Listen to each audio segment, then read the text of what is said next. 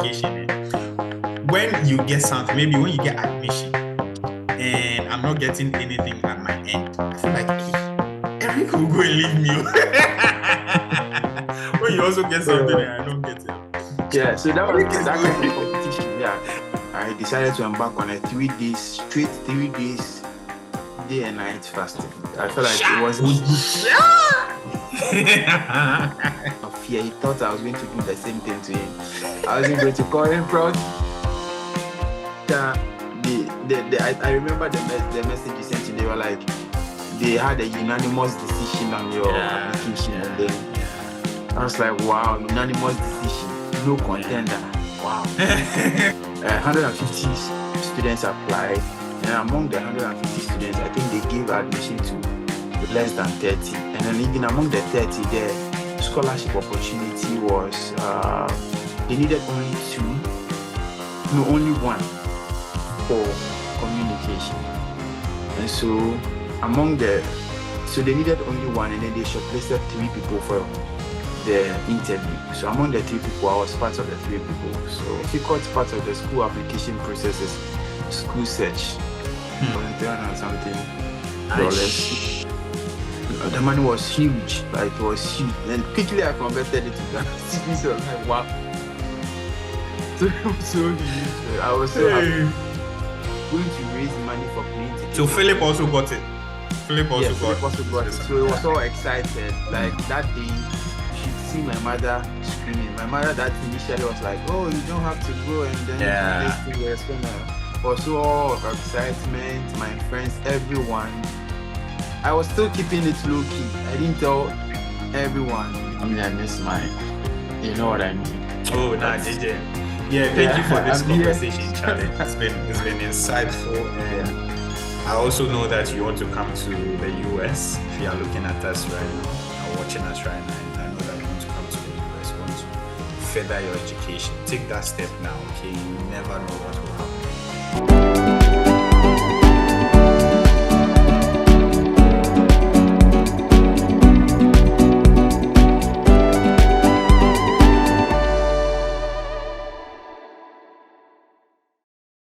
Talking to Eric Esielu from Ghana, Shama Boga. So I had my undergraduate degree in the University of Cape Coast. Sharp. From the Department of Theatre and Film Studies. Yeah. And then from UCC, of course, my first degree was from UCC, and then my secondary school was from Tuhum Tech. I read general arts, and then straight to the University of Cape Coast. So that is for my background. And way back in Ghana, where did you reside? Tell us a bit about that. Yeah. Right. So before my undergrad, I was staying with my mother. Of course, my parents at Tema, precisely Tema Newtown. So I'm a Tema Newtown boy.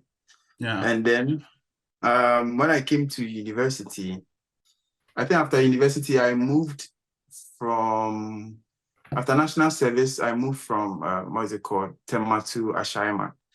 And then after university, I had my national service with my department. So I was a teaching assistant. And then after teaching assistant, in fact, after my first degree, I decided not to further, because I wanted to make money. And so it wasn't part of my plan to start education immediately. So after I completed, I went back home, and then I decided to leave my parents, and I moved to Ashaiman. I was staying with a friend. I stayed with him throughout the COVID. I wanted to come to the US, I think, in 2019, but because of financial challenges, I had to relax and then work. Yeah, that's right after the national service. Yeah, so I decided to search for work. I went to Social Ghana, an advertising agency, to work with them. I went through the interview. I was shortlisted. I was part of the final 3, but COVID-19 struck, and then I had to just sit down and wait. And then after COVID-19, you introduced me to your business. So I worked there for a year, and then I left there, and I Which went business? to Which business is that?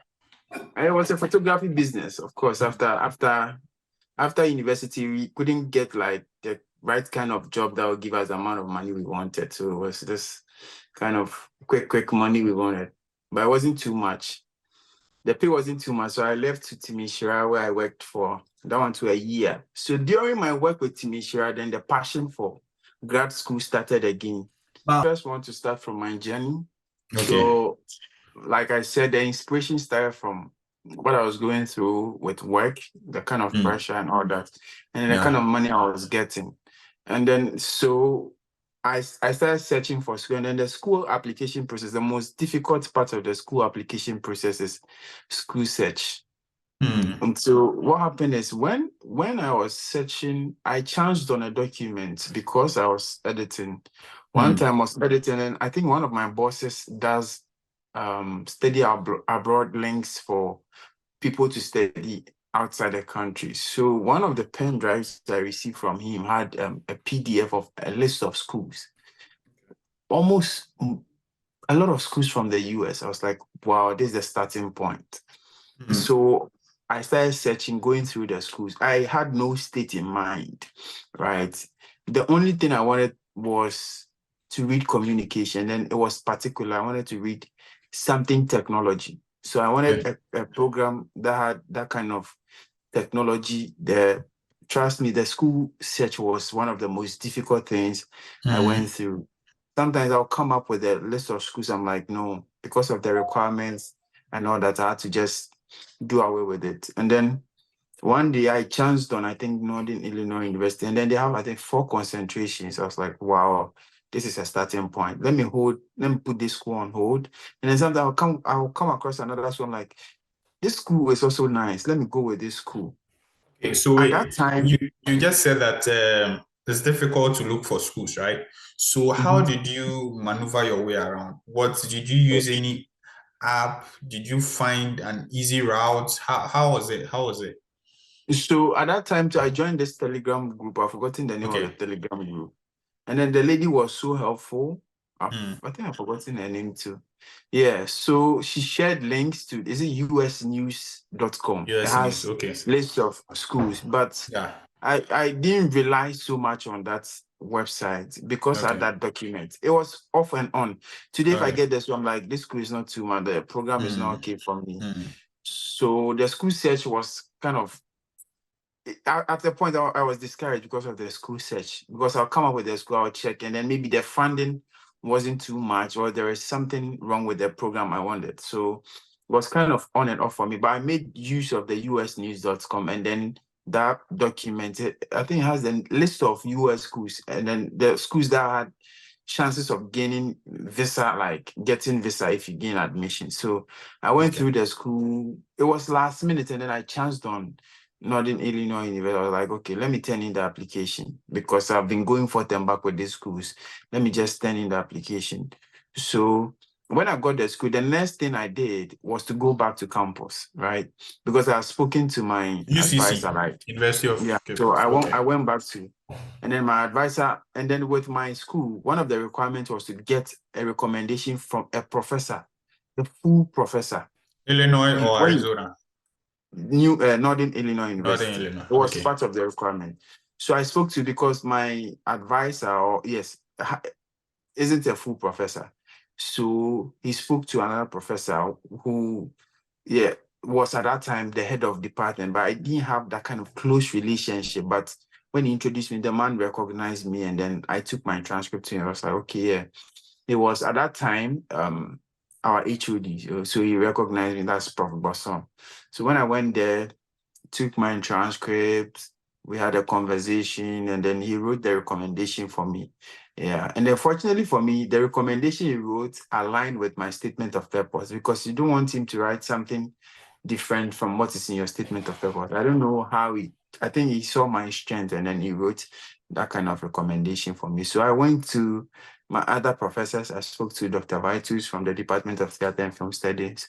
I spoke to one of my lecturers, my level 100 lecturers, Madam Grace. Yeah, she also spoke to other professors for me.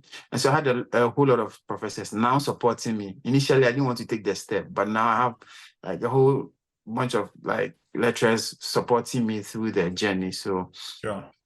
I think one of the days I went to one of the professors, and then immediately I got to the office. He gave me the recommendation. I was like, wow.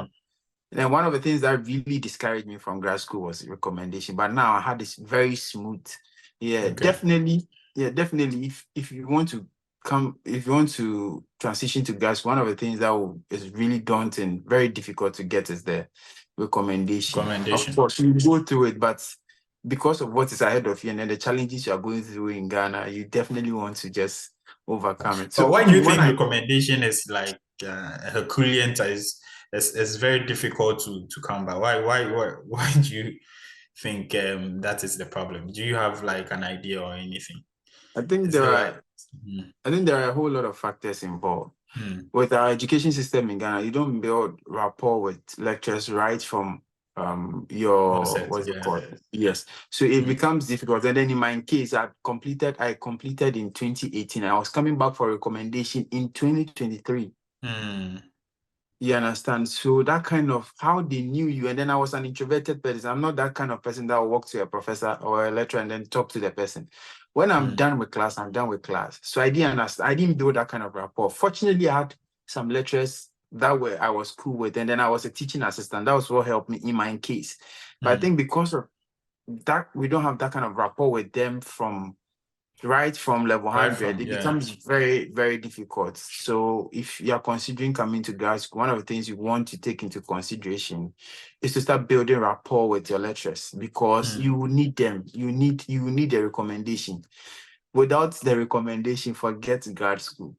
So I was very fortunate. There were lecturers I had close relationship with. So I got a recommendation. Yeah. And so that was the recommendation aspect. And then the next one was writing my statement of purpose. So with my statement of purpose, I think I wrote my first draft, and then I had this friend too. We completed or graduated the same year, Joe.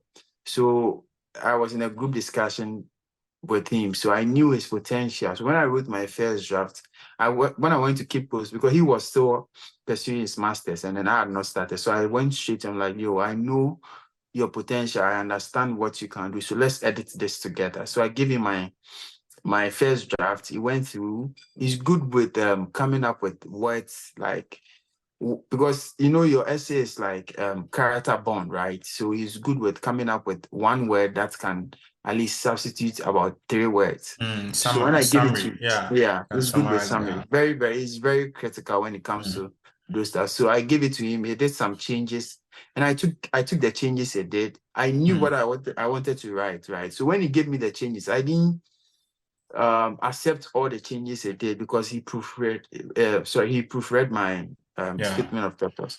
So I rewrote it. I picked some of the ideas he gave me, and so so I didn't entirely took everything he gave me, but when I read through, if it makes sense and I want to include, I just include. Yeah. So that's what I did. I entirely picked whatever he did, because I knew what I wanted to read. So if that kind of idea was there, I'll just pick it. And so after we going through that, I've seen a whole lot of statement of purpose. I had this student, he was in Ohio. Yeah, so he shared the statement of purpose with me. So I saw how he wrote it, and I was like, no, I'm not going to tell this line. I wanted to use a cliche in my statement of purpose. So I brainstormed, and then I think one of the cliches that I got was so I wanted my statement of purpose to be around a journey, right? I wrote something about me coming from a poor background, right? And then even though when I got to university, my department didn't have a lot of equipment. I was reading film. And then even though they didn't have that kind of equipment, I was able to come up as one of the best students, or a bright student from my department. Yeah. So that was the kind of picture I was painting. So even when my department didn't have like more equipment, I still made it through the what's it called, the program. So that was that kind of picture I was trying to portray. Yes. So I had this cliche where I spoke about a tree that will grow, and then at a point it will be cut down. But the tree had this kind of hope that will still like come up again. So that was what I used in my intro, my conclusion. I didn't want to just summarize whatever I've written in my, what's it called, introduction or body. I wanted to use something. I wanted to do something different, because when you're applying to graduate school, you don't know the kind of people you are competing with. There are people that are better than you. There are people that are bright than you and all that. And then, mind you, I'm coming from film background. There are people that have read pure communication, and you're competing with those people, and people from Nigeria, people from Ghana, people from all over the country, people from Taiwan, India, and all kind of. So I had to do something very, very different, something that will catch the attention of what's it called, the coordinator or like that. So that's how I did my statement of purpose. And then from the statement of purpose, yeah, that was it, because I had what's it called, waiver for my GRE. So when I was sending my application materials, I forgot to add my certificate. So I only sent or forwarded my transcript to the university. That was, some schools would totally disqualify, because there are a whole lot of, what's it called, applicants. So they can't just write to you and then ask you to resend your certificate. So I was there, and then the school sent me an email that I should send my certificate. I was like, wow, is this a green light? Like a green light? Because most schools won't do that. So that was for Northern Illinois University. Okay. So before applying to Northern Illinois University, as at 30th of January, I was still waiting for one of my recommendation letters. The deadline was 1st February. I was so nervous. I didn't want to miss that deadline. I wanted to leave Ghana 2023. And I was there, and a friend of mine sent me a link to a prayer group. When I joined the prayer group, it was a prophetical something, yeah. And then the man of God was like, I've seen you applying to a university outside the country. God has given you the green light. I was like, 30th, as of 30th January, I don't even have the recommendation. You are giving me a prophecy that God has given me the green light. So I was kind of doubting. And immediately after the service, my recommendation came through. I was like, wow. Nice. Like, wow. So I knew in the realm of the spirit, like God has given me the green light. So that kind of fear was like down.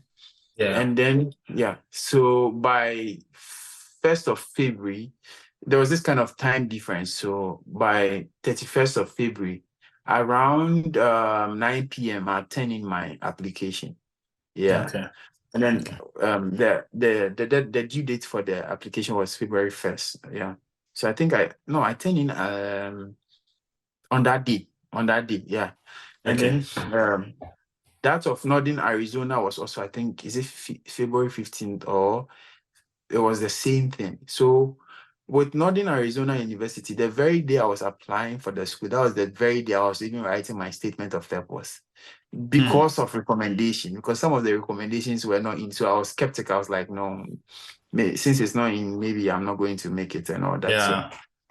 So it was later that the recommendation came through. So I had to write the recommendation there and there, like that evening, because I was applying to only 2 schools. 2 schools. So if I limit myself to only 1 school, then my chances of getting into grad school will be very slim. So I had to, no matter what, apply to Northern Arizona University. So I applied to only 2 schools, Northern Illinois University and then Northern Arizona Universities. And then among these 2 schools, one of the application that really caught me, or that I felt like it was a bit difficult for me, was the Northern Arizona University. And then both schools I was applying for funding. I was applying before the priority deadline. It means I needed funding. And so it was quite difficult, right?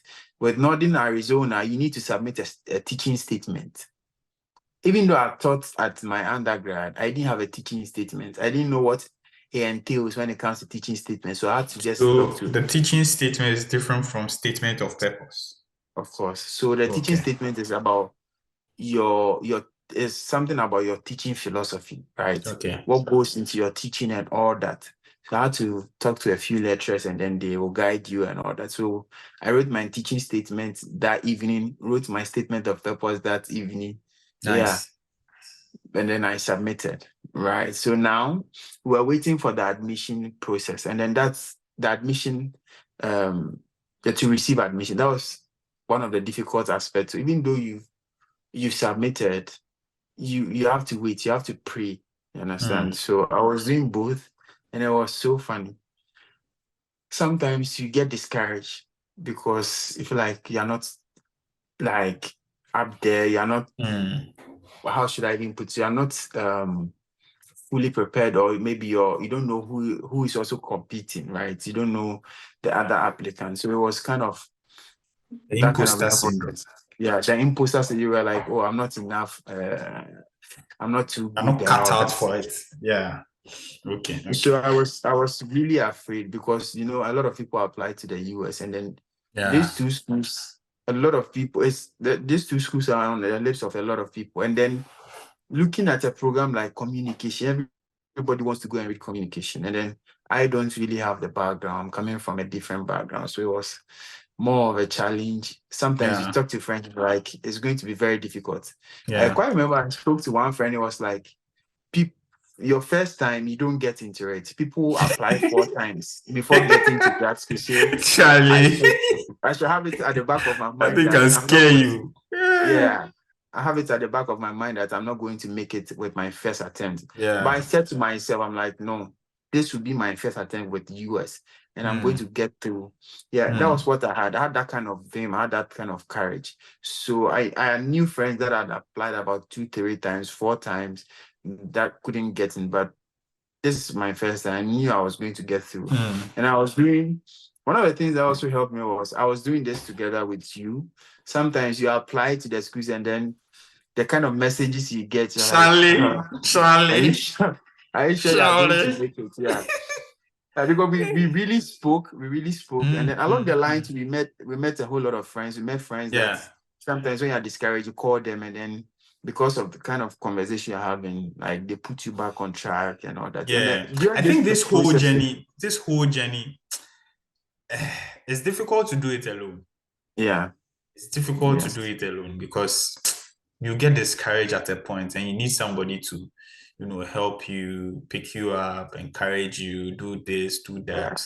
You need people who have done it before to also tell you what to do. Those things, they keep you going. Okay, so let's say, so now you're done with the requirements. How did you get your graduate assistantship or your teaching assistantship? So one thing that really helped me applying for the graduate assistantship was because I had experience applying to Sweden scholarship. So I gathered that experience. So prior to my application, I emailed the graduate coordinator for Northern Illinois University, and then I showcased my CV, my experience, and then he gave me the go-ahead because I met the requirements. So the code email. Yeah, I sent the code email. So he gave me the go-ahead. I wrote about my research interest, which was in technology, of course. And then he gave me the go-ahead to apply. So with Northern Illinois University, you need to receive admission before you proceed with your funding, right? So if you don't gain admission, you can't apply for the funding. Okay. So getting admission, the requirement is 3.0 and above. When you have 3.0 and above, you can gain the admission. Okay. Gaining funding is another problem. It's another issue. Right? You can get the minimum grade point, which is a 3.0, but the you don't know the kind of grades people were like had brought to the application. So I made a cut for the the admission, and I think the admission came 15th February thereabout. Yeah, in February I received my admission, and it was so much like when the admission came, I thought that it came with the funding, so I was jubilating. I was like, oh, now I have nothing to do. And then the next email that came was like, this is a link. There are 2 scholarship opportunities for you. You can apply for a tuition waiver, and then you can apply for a graduate teaching assistant. So Northern Illinois University have GA, which is the graduate assistantship, and then we have the graduate teaching assistantship, and then there is graduate research assistantship. Okay. So they will send you a link to a form, right? The form looks like a CV, and then since you gain admission, it will ask you to state your current education level, which is Northern Illinois University, because you have admission. So to them, they assume you are now a student, and then you state your previous Previous educational institution. Yeah. and then it will ask you for the kind of scholarship opportunities you want. So there is graduate teaching assistantship, there is graduate research assistant, and then there is GA. When I read it, I was so complacent. I don't know why. The requirement says that you can take more than one. So I only took graduate teaching assistantship. I limited myself. I was like, whoa. So after submitting the form, I realized I made a mistake. So I was so afraid because a lot of people have applied to this. And then even with the email that came, it stated that the funding is very competitive. And then now I'm only stating that I want GTA, like graduate teaching assistantship. So I was so afraid. And then with Northern Illinois University, the funding opportunity, like after applying for funding, it takes a lot before the list, like it takes a lot of time before the list comes. So I've been waiting. And then during my waiting period, Northern Arizona University sent me an email that I've gained admission. And then among 30 plus students, 150 plus students, I was shortlisted among, yes, I was part of the best three. They offered the, what's it called, the funding. So I should prepare for, what's it called, interview, right? Yeah. So for them, they picked 150 students applied, and among the 150 students, I think they gave admission to less than 30. And then even among the 30, the scholarship opportunity was they needed only only one for communication.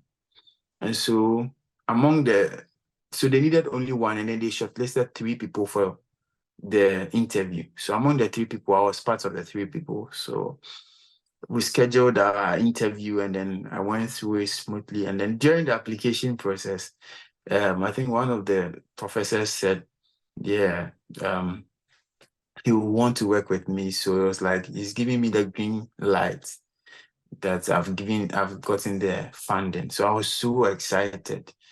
And so I was waiting for the, what's it called, the I-20, and then the congratulation email. And okay, wait. So during the interview, can you recall some of the questions that they asked you? Because normally people go like, interview, what are they coming to ask me? Well, what should I study on and all that? So can you give us a gist, maybe 1 or 2 things that you recall?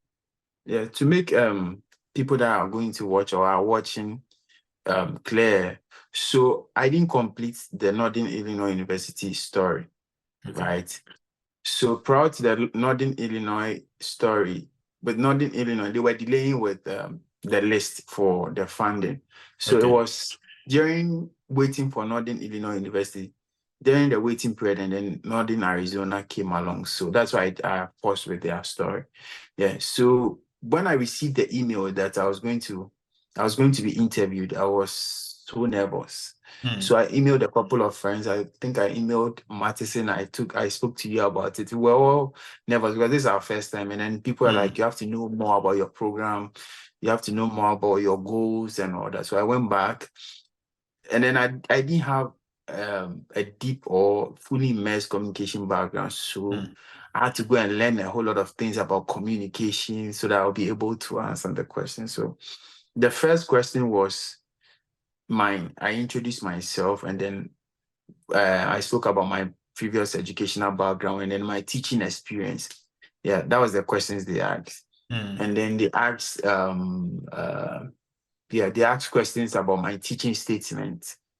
One of the questions they asked was, if I have a student and then the student is not serious in class, something like that, how am I going to handle the student?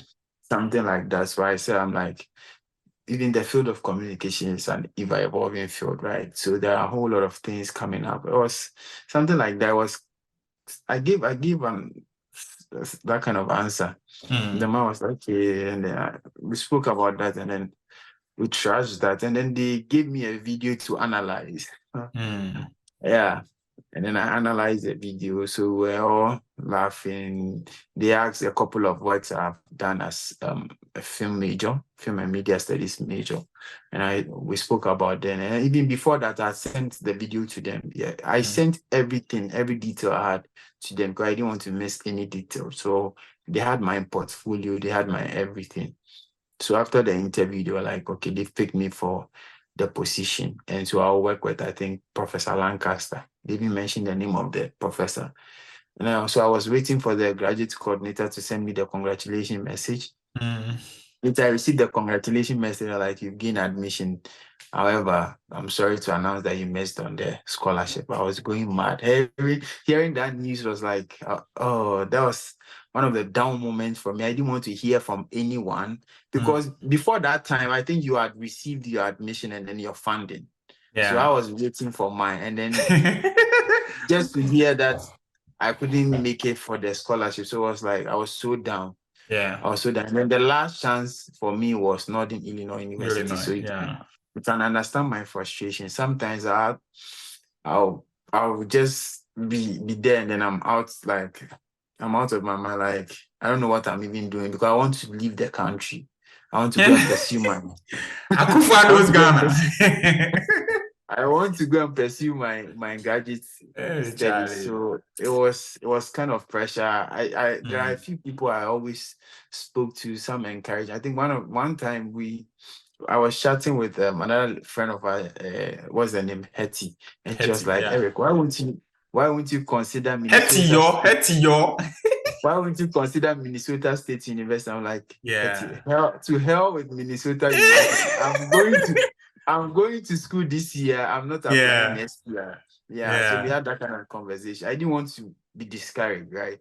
So prior to and then during this period, I wasn't sleeping. I was praying. I was fasting. I was fasting. We were so down because my friends also wanted the best for me. So sometimes we talked about some of these things, and then it's so hurting knowing that all your friends have gained the admission, they have the funding and all that. I think at some point of the application, when you get something, maybe when you get admission and I'm not getting anything at my end, I feel like, hey, Eric will go and leave me.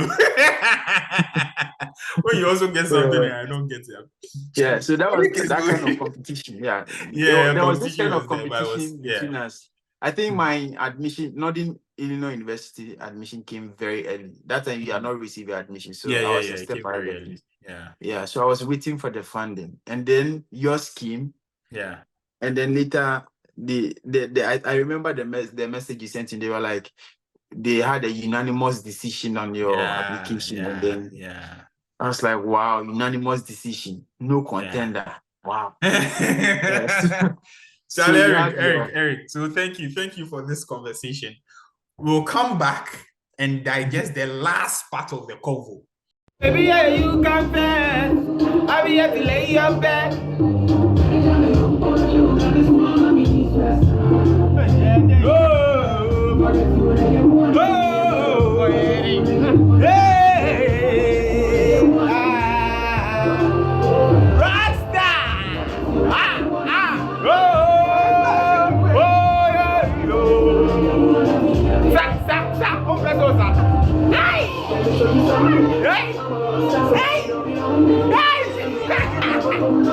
Let's continue. So, long and short of it, I missed the Arizona one too. Okay. And now it was left for the Northern Illinois. So, in fact, because I'm a very spiritual person, I go to church and all that. I feel like I'm the first. When how do you call it? I'm the first in my family to really travel? No, take my education to that level, right? So okay. I'm a first generation student. Maybe that siblings are also gone to secondary school. I'm one of them that is really taking education to the next step. So I felt like this is more spiritual, so I need to pray. You are the So I first to decided to- attend graduate school. Okay, in Yeah, your family. even university. Okay. So I decided to embark on a 3 days, straight 3 days, day and night fasting. I felt like it wasn't.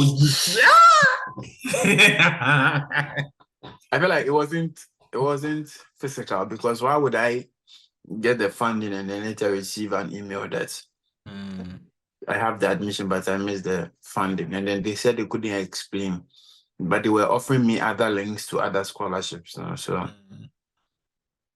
I forgot that school, and then in fact I was more interested. Right. I was more interested in Northern Illinois program than Northern Arizona. Yeah, so I embarked on a 3 day straight day and night fasting. I quite remember I went to Pram. Prophet Nana say. I spent 3 days. Look, I didn't tell any of my friends. It was. They tell you. Yeah, because my girlfriend also wanted me to travel outside. She was supportive throughout my application. Yeah. So I went there day and night. I went there on a Friday evening. When I got there, it was an all night. And then during the all night, the prophet was like, I have seen 3 people in the auditorium that will get admission. Quickly, I went to CSC because I believe in those stuff. I believe it's not going to happen only physically, but spiritually. So I need to do the spiritual work to make it manifest. So after the all night, I slept at the church. After that, I prayed throughout the day, throughout the night, no food, no water. I left there on a Sunday evening. Low key, I didn't tell anybody. And so I think that Sunday evening, you called me. Yeah, you called me. I think a week after, you called me on a Sunday. And so we were having a conversation. After we spoke, after we were done talking, I went, something was like, I should go check my email. So after our conversation, I went back to check my email. And then the first night I was like, I've received an email from Northern Illinois University congratulating me that I've gained admission. So quickly I called you back and it was all jubilation. Well, and for that day, I cried. Oh, Charlie. I jubilated. I praised God. I did everything right. Yeah, it's not easy going through the application, going back to Cape Coast, searching for schools, and then you were doing this low key because you don't want any of your friends to even know about it. Because you understand, maybe somebody will know, and then all those stuff. So we're doing it low key. You only tell people you're on the same journey with because you know what you are doing. So I think it was myself, you, and then a couple of our friends that were doing it together. So we're like pushing each other side by side. So when I got the funding, they gave me $15,300 something dollars. The money was huge, like it was huge. And quickly I converted it to Ghana cedis. So I was like, wow. So it was so huge. I was so happy. Yeah, because 15,000 was like 1.5 billion. So that would be your monthly stipend. Okay. No, that was for annual stipend. So annual. If you want to know the monthly, even in the letter they wrote the monthly stipend. So in the US they pay bi-weekly. So in every 2 weeks they pay you, or you get your stipend. So I'll be paid $800 and something every 2 weeks. And then, mind you, back in Ghana, the pay I was receiving was less than 2,000 Ghana cedis. And then you're going to pay me every 2 weeks $800 plus. I was like, wow. Quickly, I converted the money again. Aside my tuition. So I was like, wow, coming to grad school, I'm coming to learn. And then teach, because it was graduate teaching assistantship. And then when I convert the money, I'm getting 8,000 Ghana cedis plus. It's okay because I'm learning and I'm teaching, and then of course I've had a previous background in teaching, so it wasn't going to be something difficult. So I really jubilated, and it was a new beginning. It was a new challenge because now, even though I have the funding, how do I pay for service fee? How do I pay for my visa application fee? I've stated this. I'm not from like a rich family like that. Even though my family they have there's a whole story to that. So I didn't want to depend on my family. So it was up to me. So I booked the news to my mother. She was excited. She was crying. She couldn't believe it. One of my uncles was like, he was like, this is a scam. Because this, like, this is true. Like, I've received a scholarship. Yeah. So I started with the application. Like, I had to sign a couple of letters by a period of time to give the school a go ahead and all that. So I did that. And then I needed to start with my visa application fee. I wrote to a family member that supported me during my undergrad. It was so helpful. He gave me money for my my service fee. He gave me money for I think I paid my visa application fee, and at that time my money wasn't enough. So a friend again helped me. Charlie, friends who very good friends who. Yeah, he was even a student, like one of my students, Ima. It was at Ohio. He gave me, I think, 100. Shout out to Ima. Shout out. Yeah, Ima better. And then he supported me. Strokes. Yeah, I went to pay the visa application, and then my cousin, my auntie's son, also gave me the service fee. After paying that, even before that, I needed to send my my certificate to Northern Illinois University. I didn't have money. Of course, Selwyn also came through for me. Yeah, Selwyn, I remember. Some of the money Selwyn came through for me. Yeah, so it was like friends were helping me. I don't, at every step of the journey, it was like there's something missing. I need to move on, and then a friend will help me. And then I was keeping it low key. I didn't want to tell everyone. So it was like more of the close friends. Some of my friends that helped me, again, Festus helped me, Selwyn, Eddie, all of them helped me financially. Yeah, they were all helping. And then I went, my girlfriend really helped me when I started the application. I think one of the times she gave me about 600 Ghana cedis to support my What's the name of your girlfriend? Mention. Oh, that one is my relationship. Yeah. So okay. So fast forward. Now you have the admission. Yeah. You have the funding. Yeah, family helped me pay my service fee, my visa application fee, and then the service fee and all that was sorted. Now, where it was up to us to fill the visa interview. That was the big. Even though you have funding, you've gained admission, all that. Another hurdle. One of the biggest hurdle of all the journey is the visa application. If you don't kill this, you remain in Ghana. And then the school has no authority over the journey. No authority. The school doesn't have a link with the embassy. So it's up to you to learn, then to know how to talk. So we reach out to a couple of friends. I reached out to Sylvia at Bowling Green State University. Shout out, Sylvia. Shout out. Yeah. So we created a platform. Yeah. So Sylvia assisted us, gave us all the tips. She was available every Saturday. So what I did is I gathered all my friends I knew that applied. And so I organized us. And then every Saturday at 4 p.m., I think, we come online. Then Sylvia was our view. She'll do the questions, we answer, and then we analyze, like we criticize ourselves, we correct ourselves. And then that was how it helped us. We're all nervous because, trust me, the application process is not easy. It's not easy. And then you don't want to miss out on the visa, because you've gone through school application process, you've gone through this nervousness of waiting, you've gone through the funding. And then in graduate school, when you will be awarded the funding, it's a committee. Yeah. So the fact that you've been ordered, like you've been offered admission and then funding, it means you are so bright, like you're a good student. Because the team is a team that does that. One person don't do that. So you don't want to miss the visa. The school knows you are coming, so you don't want to miss the visa. So we're doing that, and I think I had my visa interview on July 11th. And among us, I and one of our friends, Philip, were the first to go.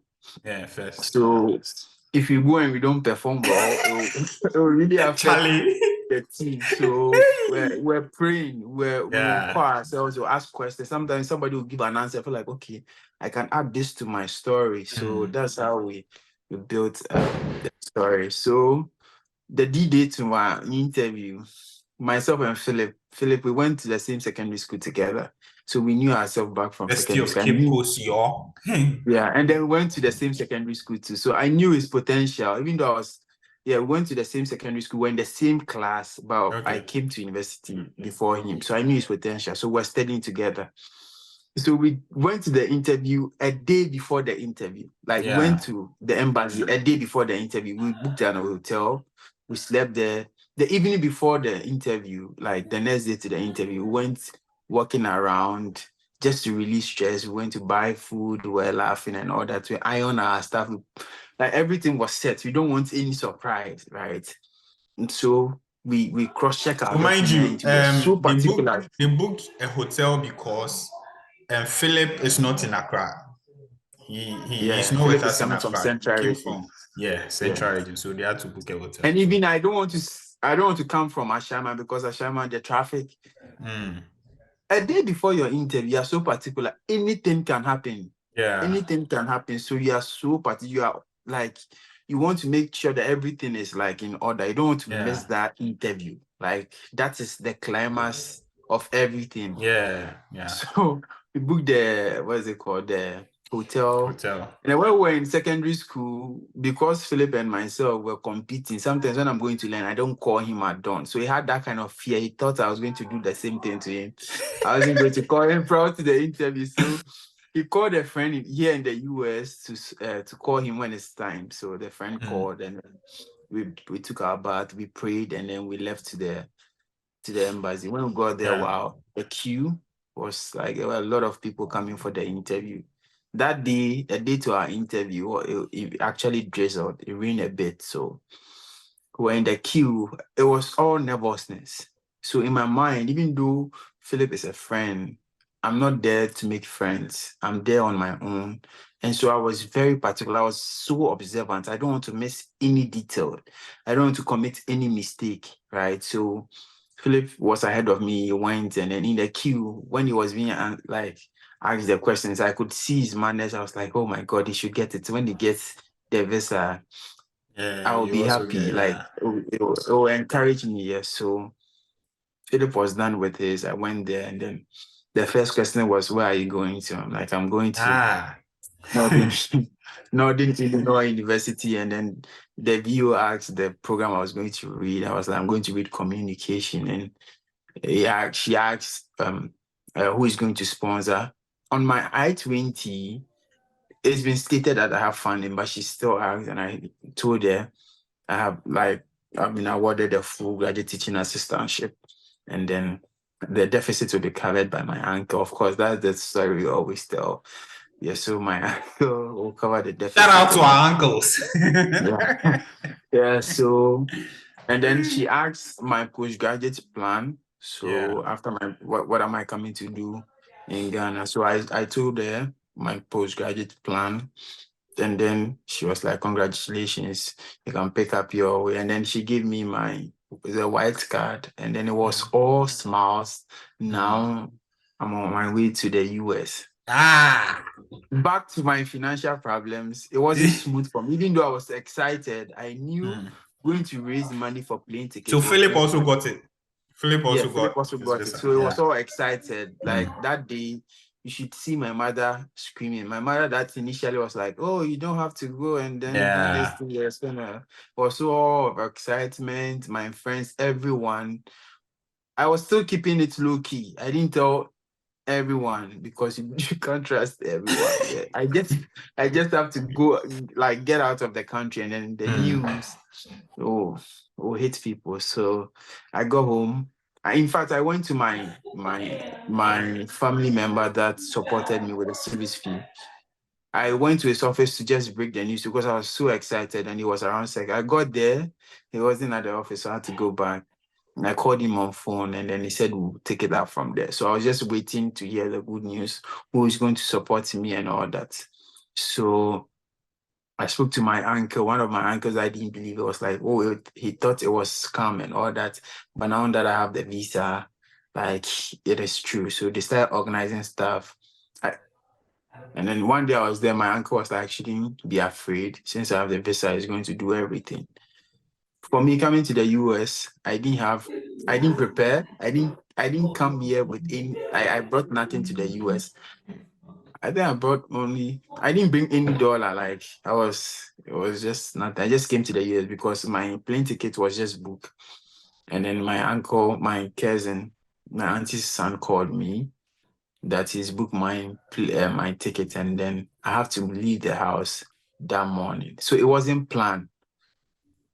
I had to just pack my stuff that I had. And I went straight to the airport. I didn't even think of buying anything because all I know is I'm going to the US. I called my mother. My mother met me at the embassy. I called Selwyn. Selwyn came around. And then I went there, checked in. I couldn't believe I was leaving the country because that feeling, Charlie. If I'm supposed to think about this, how am I going to raise the money? I was paying $2,000+ for tickets. Why am I going to take that amount of money? Betting the money was very huge, $20-something. So I got to the airport. And my cousin was still calling me, trying to check up on me, and I been making sure that everything he had booked was like smooth and all that. I finished my check, then I went to my mother. It was for hugs, my friends. A few like people were around, so we shared our last memories, and then they all left. When they all left, it really dawned on me, like, really? So I'm leaving to the US. So I crossed one of the checks, and then now you're supposed to wait where you enter the plane. And then I entered the plane. I was like, wow, in my life, this is the first time entering a plane. And like, that was the first time I was entering the plane. I was so quiet. I was praying in my head. Oh, Charlie. I didn't know what was awaiting for me. I was coming to Chicago. To O'Hare Airport. So I spent about 16 hours. I booked Ethiopian Airlines. So I went through borders. I think from Ghana, I went to Ethiopia. From Ethiopia, I went to Ireland. From Ireland, we came to O'Hare, US, O'Hare Airport. When we landed, I said my last prayer, my last and first prayer to a new country. Charlie, I got here, got down. Now I'm in the US, and I couldn't believe it. I went through the border. We have a name, we call it the point of entry. I got there, they checked my stuff. The moment they saw me, they knew I was a student, and then I went to, I waited for my luggage, and then somebody came to pick me, Mr. Francis, shout outs, came to pick me at the airport. The moment I landed at the airport, I received a message from somebody close to me. She was crying. And then it really dawned on me that, I'm in the US. She was really crying. And then I also started crying because now I'm far from home. It's a new beginning. Coming to start somewhere new, you don't know anyone. And then we started having a conversation. I wanted to know how the education system was like here. I was so nervous. Even though I was happy that I'm in the US, I couldn't believe I'm in Chicago. My first place is in Chicago.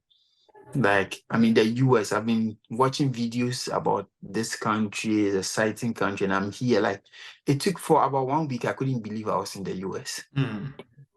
I couldn't believe it. I was so excited. I called friends and family, started taking pictures. Of course, this is my dream, and then the dream has been fulfilled. So it was so excited. Family, everybody was happy, and then. So when you disembarked from the plane, what was the first thing that you saw in America? Like when you stepped in America, the first thing that you saw that you said, wow. The first thing I saw in America was the plane. Of course, the first thing I saw was the American embassy. See, Chicago is beautiful. O'Hare Airport is so beautiful. And these are different people. The sky is blue. The sky is blue. It's not an overcast. So went through, and then I like the airport was beautiful. Yeah. And then I started seeing, I think where the airport is, there are a few kind of like, there are nice buildings and all. I'm like, wow, this place is so beautiful. Like, I couldn't believe. So the man that came to pick was like, but he said, pat yourself. Yeah, pat yourself. You're in America. He said Okay. about One thing you see, normally when you're traveling, they tell you that when you get to the port of entry, it's not easy. They'll ask you a lot of questions. If you don't take time, you go back to Ghana and all that. What was your experience when you go to the port of entry? I don't know. I don't know if my appearance did it for me, but of course I'm always in my glasses. And then I dress. The moment the man saw me, he said, "Bring your I-20." So I was like, "How did you know I'm a student?" So I don't know if Yeah. my dressing did the magic for me. I don't know. I don't know how Grace. it got. Yeah. So Yeah. for me, I didn't go through any like random or like any rigorous check, right? Okay. So it was just me giving out my I-20, and then they took me a picture, of course, and then I was asked to go because I had my clear bag, everything in my hand. I was just like a student. I didn't bring a lot of stuff to the US, my school bag, and then I was waiting for. So Okay. I So don't, I, okay. Do you want to say something? All right. I don't think they do run like rigorous check at the point of entry. Yeah, you are there. The only thing they want to see is if everything is legal. So that's all. Okay. And one thing I want to know something. You said that when you're coming to the US, you didn't have any money on you. So when you, when you go to the US, where you sleep, what you eat, all that, how did you cope? The Ghanaian community here is so caring. So prior to my coming, I had kind of a contact with one of the people a student that was reading communication, Esther. So I picked the email from the department's website. So I emailed her. So we've been talking, and then I told her when my cousin booked the flight immediately, I spoke to her that yeah, the flight has been booked, and then I'll be leaving that morning. So she was so helpful. We spoke to a lady. We have a Ghanaian here that is married to an American native, and then the Nice. woman loves Ghanaians, so she was willing to host me. So the Nice. husband came to take me. Yeah, so that was where I went. I stayed with them for 1 week. Yeah, they hosted me 1 week, food, everything free. Nice. The culture shocks. I wasn't exposed to a whole lot of stuff. Especially, I'm not coming from a well-to-do family, so you're in America, and then most of the things here, things you don't have it on a normal in Ghana. So when you get to America, the shower, you turn the shower to left, it is warm water. You turn it to right, it is cold water. And I didn't want to disgrace myself. I didn't want to. So I bathed the cold water for like 2 days. I couldn't.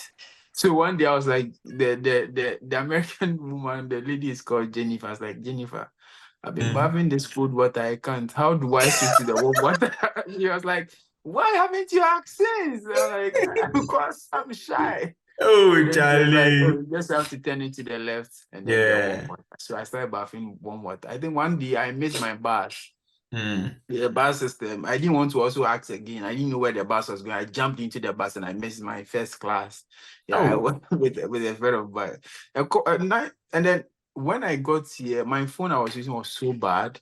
One of the basic things you should get is phone. So I went to the library. I wanted to sign into my student email, and then the screen of my phone was messing up. The student that was helping me wanted to laugh, but Americans are very courteous, so she didn't want to laugh. But the way I was demonstrating, you could feel the Africa in me, fresh in the street. So she started laughing. I was like, "What's the problem? Like my phone can't allow me, like isn't allowing me to sign into my student email." She was like, "You can get a phone." So I went to T-Mobile, got a phone, and then you pay in installments. So I got my phone. And I started paying installment. Yeah. So that is it. So these food, are some of the cultural shocks that you had. Okay. So and one thing is, I don't know, but for my school, I'm sure the same thing is in your school. When you are speaking, you know that you have an accent. You are from Africa. People look at you, in a certain way. Here we call it Minnesota nice. Sometimes, they see you. Sometimes they see you and they behave like, I'm cool with you. They give you that fixed smile and all that, but they look at you in a weird way. Hey, this guy has an accent. How is it like in your school? When you talk, do they understand? Can they decode? How is it? Yeah. Right. So for me, I was fortunate when I got here. I kept in touch with my graduate coordinator. So he's my advisor. So the graduate coordinator is my advisor. So I went to his office. We had a discussion. So he spoke to me about that because, mind you, I'm a teaching assistant. So I'm going to face it. So one of the questions I asked was, how am I going to deal with the accent? And then what he told me is like, everyone has accent. They have accent. I have accent. So before you teach, you be walked through the process. But because you are fresh here, sometimes they talk fast and then you can't hear. So what I do is I pay attention to the last word, and then I know what the person is talking about. Okay. So my first time in class, I really experienced it my first time in class. So I asked the students to introduce themselves. Sometimes they will mention their names and you can't even mention the name. You can't even mention the name. Some of the names are so funny. And sometimes you also talk, they can't hear. And so you need to slur a bit. So there's that kind of balance. But I wanted to be natural, right? Sometimes I try to learn from them. Maybe instead of mentioning or pronouncing critical, they won't mention critical. So you have to go critical. And so you have to learn. So through the teaching practice, I learned all those kind of things. So when I'm in class, I know I have most of my students as Americans, right? So I have to put away my Ghana accent and then switch a bit. Sometimes it's very difficult. So what I do is I tell them where I'm coming from. I'm not used to your accent. You are not used to my accent. So there's that kind of diversity. So if I talk or I teach and then you can't hear, let me know. I'll go fast and then I'll try. Yeah. So they teach us a trick where when you're speaking in your PowerPoint, you make sure that the main points, you highlight them in your PowerPoint so that when you read and then they don't get your accent, they follow. So that's how we dealt with it. Accent is one of the things in the US. Sometimes because you have an accent, it becomes very, very difficult, right? It becomes very, very difficult to express yourself. But you have to learn over time. You have to learn. And then with time, you'll be perfect. And I know we are fresh. We are not even 1 year in the US. Yeah, but we are trying. So with accent, I know it's a challenge, but of course, with time, you overcome it. So would you advise a friend to, try grad school in the US? Of course. Or what would be your advice to that friend? Yeah. Of course. I would advise everyone to try grad school, like especially in America. America education is very, very beautiful. Even though you are made to, in every week there is an assignment, there is a reading assignment, there are things you need to do every week, like meeting due dates and all that. But you're in grad school, and then even the money you receive compared to where you're coming from alone should motivate you. Grad school is fun. When doing research is fun. I know it's tiring, but the kind of excitement that comes after doing it is very fun. Beginning, I was really suffering because sometimes I couldn't catch up with the accent. And then, I'm coming from my institution. I feel like I'm one of the good students in my class. So I want to prove top shatter, right? But I sat down like, no, if I don't put that aside, I'm going to fail. So what I do is if the lecturer teaches and I don't get it, I go to his office. We have that kind of discussion because I'm here to learn. And then I ask questions. In the US, there is nothing like wrong or right answer or wrong or bad question or like that. So studying here, there is more freedom. Studying here is nice. studying here is actually nice. Like you have your lecturer to yourself. You send emails at any point in time. You receive emails back. You know, in Africa, our kind of education we have there is more of like your teacher is the so like is the ultimate. When the teacher talks, you can't talk back.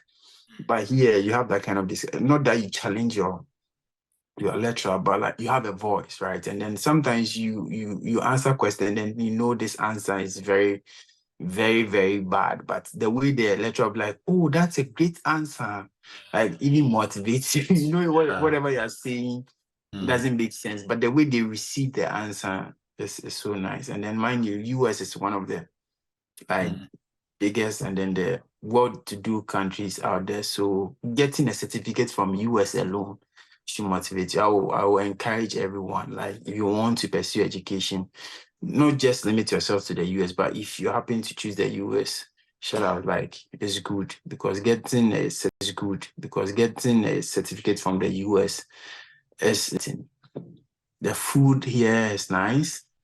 Even though I feel like most of the food is more of sugar, but like, yeah. My first time in the US, I think I tried, is it syrup and then I forgot it's syrup and donuts. Yeah, so it was donuts and then you add syrup to it, and then you add syrup to it. It was so nice. I'm like, okay, I'm in America, yeah. So and how is studying here the weather treating you? Yeah, one of the things I hate studying here is the weather. But I don't like cold. Yeah. But I think it's nice. Yeah. Even though it's cold, there are, and then here in Illinois, we have places where you even get free clothes and all that.